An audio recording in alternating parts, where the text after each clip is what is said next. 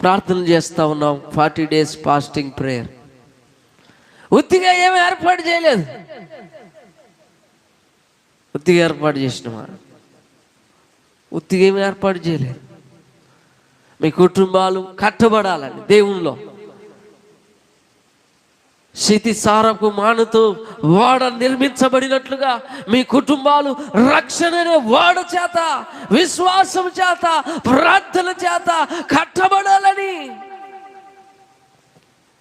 మీరు ఆశీర్వదించబడాలని, దీవించబడాలని, వర్ధిల్లాలని, ఫలించాలని, ఆత్మ ఫలాలను పొందుకోవాలని, దేవుని ఆత్మ కార్యాలు జరగాలని ఏర్పాటు చేయబడ్డాయి. అనాలోచితంగా ఏర్పాటు చేయబడలేదు.